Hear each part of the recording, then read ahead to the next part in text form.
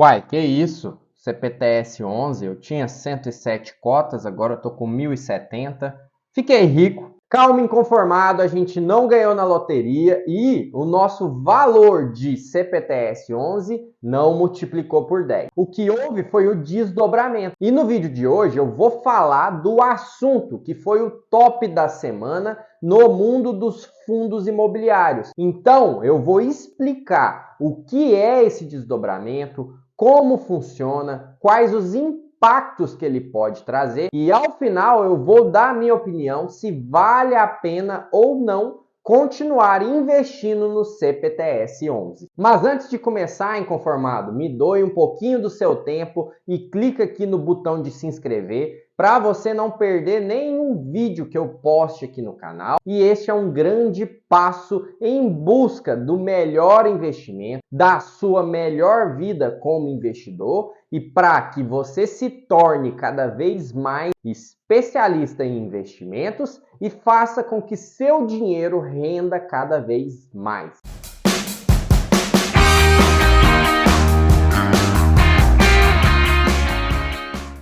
Bora começar falando o que é o CPTS 11. É um misto de fundo de fundos com fundo de papéis. Ou seja, fundo de fundos porque ele investe o seu patrimônio em outros fundos imobiliários, seja de tijolos, seja de papéis. Ele também é considerado um fundo de papel porque ele investe em CRIs e LCIs, o que faz dele um investidor de dívidas que faz com que o fundo, no final das contas, seja um fundo misto. E esse fundo ele é administrado pela Capitania Investimento e ele está no mercado dos fundos imobiliários desde agosto de 2014, completando aí mais ou menos 7 anos de mercado. Nessa semana, ele trouxe o fato relevante e fez o desdobramento das suas cotas, onde o investidor que tinha uma cota do fundo passou a ter 10 sem nenhum impacto no valor. Então, se a cota estava em R$ 89, você passou a ter, em vez de uma cota de R$ 89, 10 cotas de R$ 8,90. Ou seja, não tem nenhum impacto no valor, não tem nenhum benefício. O que ele fez foi apenas desdobrar para tornar o fundo mais acessível em relação a valor, porque ele visa aumentar a sua liquidez dentro do mercado. Então, bora fazer uma análise do CPTS 11 e para isso eu utilizo sempre 4 meios de busca de informação, que são eles: o site da B3 para saber sobre o meu status e entender o que está acontecendo. Segundo, eu gosto da ferramenta do Status Invest, que é um site que vai resumir as informações para você. Eu gosto de olhar direto na fonte, que é o próprio site da Capitania, onde ele tem uma aba dedicada para falar sobre o CPTS 11. E a quarta fonte de informação é o seu próprio e-mail. Então eu vou mostrar que os fundos imobiliários, geralmente, eles informam tudo o que vai acontecer e, dependendo, eles até põem em votação se isso deve ou não acontecer. Então, bora lá, inconformado, ver estas 4 formas que a gente tem de ver a informação como essa do desdobramento do CPTS 11. Começando pelo e-mail, FIIs geralmente mandam e-mail consultando e informando sobre o que vai acontecer. Então, por coincidência, eu recebi esse e-mail hoje do BTG de um fundo que eu tenho com eles e aqui eles estão solicitando que eu vote em relação à informação contábil, ao relatório contábil para aprovar as contas de 2022 deste fundo. A segunda forma que a gente tem é diretamente na B3, é sempre a forma mais segura de você poder verificar todos os seus ativos. Então aqui, se você tem conta em 5 corretoras e mexe por 5 corretoras, não tem problema. Todos os seus ativos vão estar discriminados aqui. E aqui a gente pode entender claramente a informação do CPTS.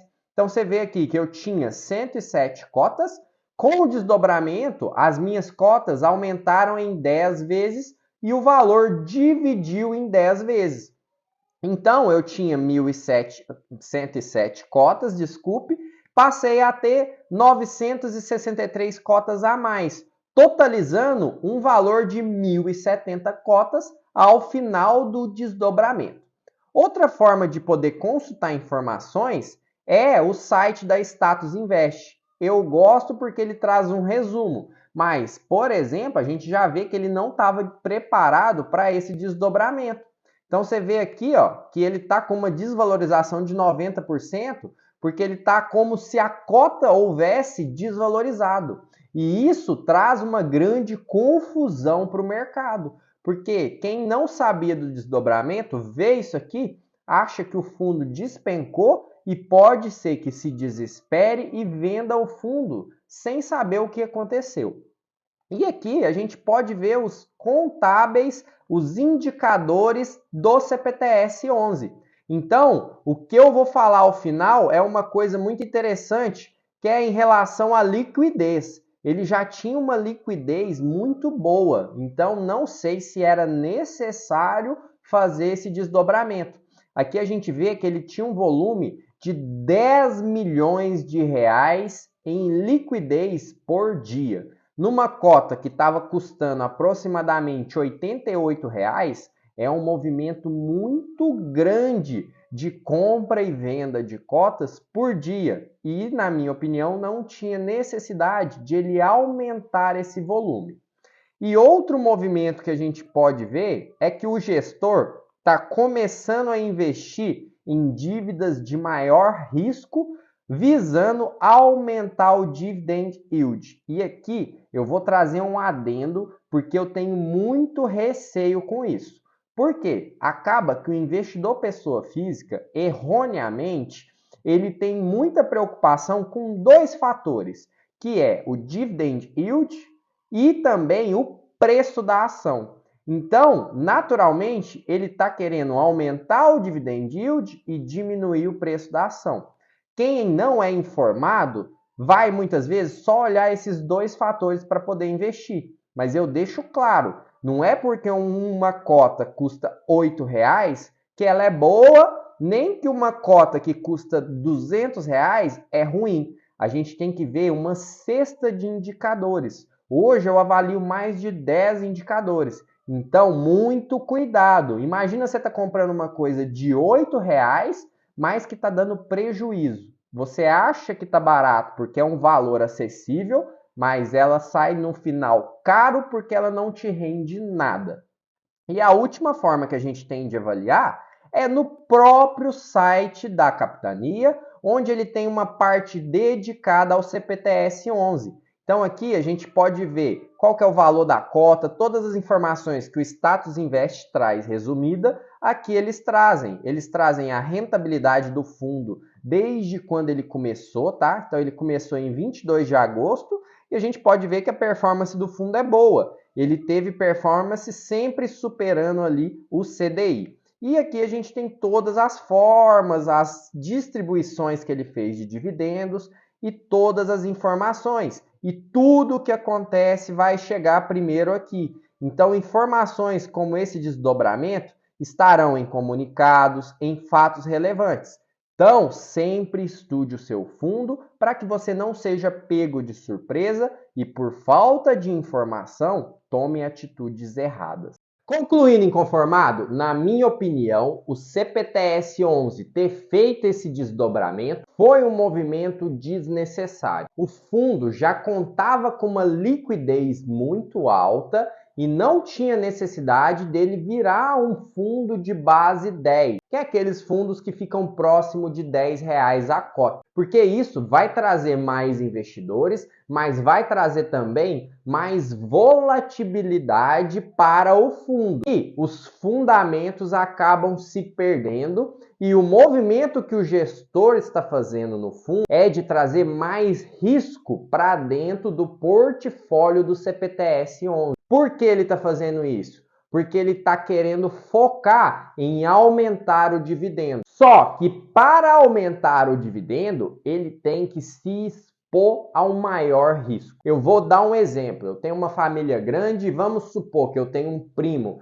que é responsável, é bom pagador, e eu tenho um primo que é relaxado, de vez em quando ali ele não paga as suas dívidas. Quando eu for emprestar dinheiro, se eu for emprestar dinheiro para o primo confiável, eu vou cobrar uns juros ali baixo. Se eu for emprestar dinheiro para o primo que é problemático, naturalmente eu vou querer cobrar uns juros maior e vou estar ciente que o meu risco será maior. É esse o movimento que o gestor do fundo está fazendo. Ele está focando em aumentar o dividendo, porque para se tornar um fundo base 10 e para atrair a pessoa física, ele sabe que a pessoa física muitas vezes só olha para dividendo. Então, ele está focando em aumentar o dividendo no curto prazo. Mas isso no longo prazo pode ser prejudicial. Porque pensa só, aquele primo que é ruim de pagar, ele vai te pagar uns juros altos, mas às vezes ele vai te pagar somente 3 parcelas e depois vai te dar o cano. O fundo é a mesma coisa. Ele vai se expor a uma dívida de maior risco. E com o risco, pode vir o risco também do calote. Se ele sofrer esse calote,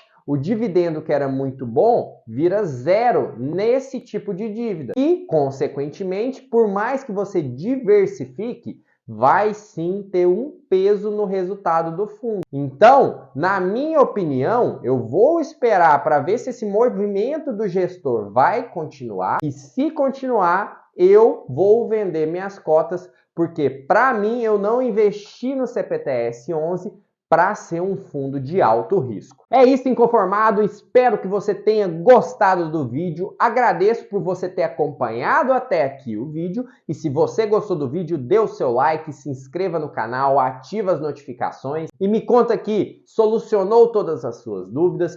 Ficou mais alguma dúvida? Fique à vontade para fazer sugestões, que eu vou estar sempre fazendo vídeos para que você esteja cada vez mais perto da sua tão sonhada liberdade financeira.